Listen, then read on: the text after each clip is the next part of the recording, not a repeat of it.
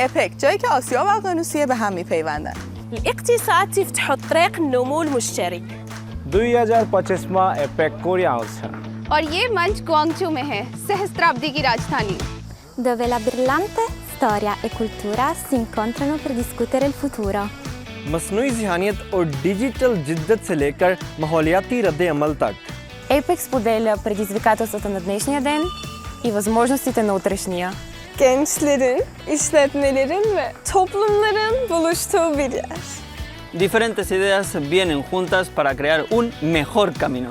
Seperti resonansi dinasti sila, pesan Gyeongju menyebar ke seluruh dunia.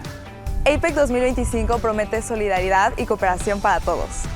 Geleceği birlikte inşa ediyoruz. APEC 2025'te görüşmek üzere.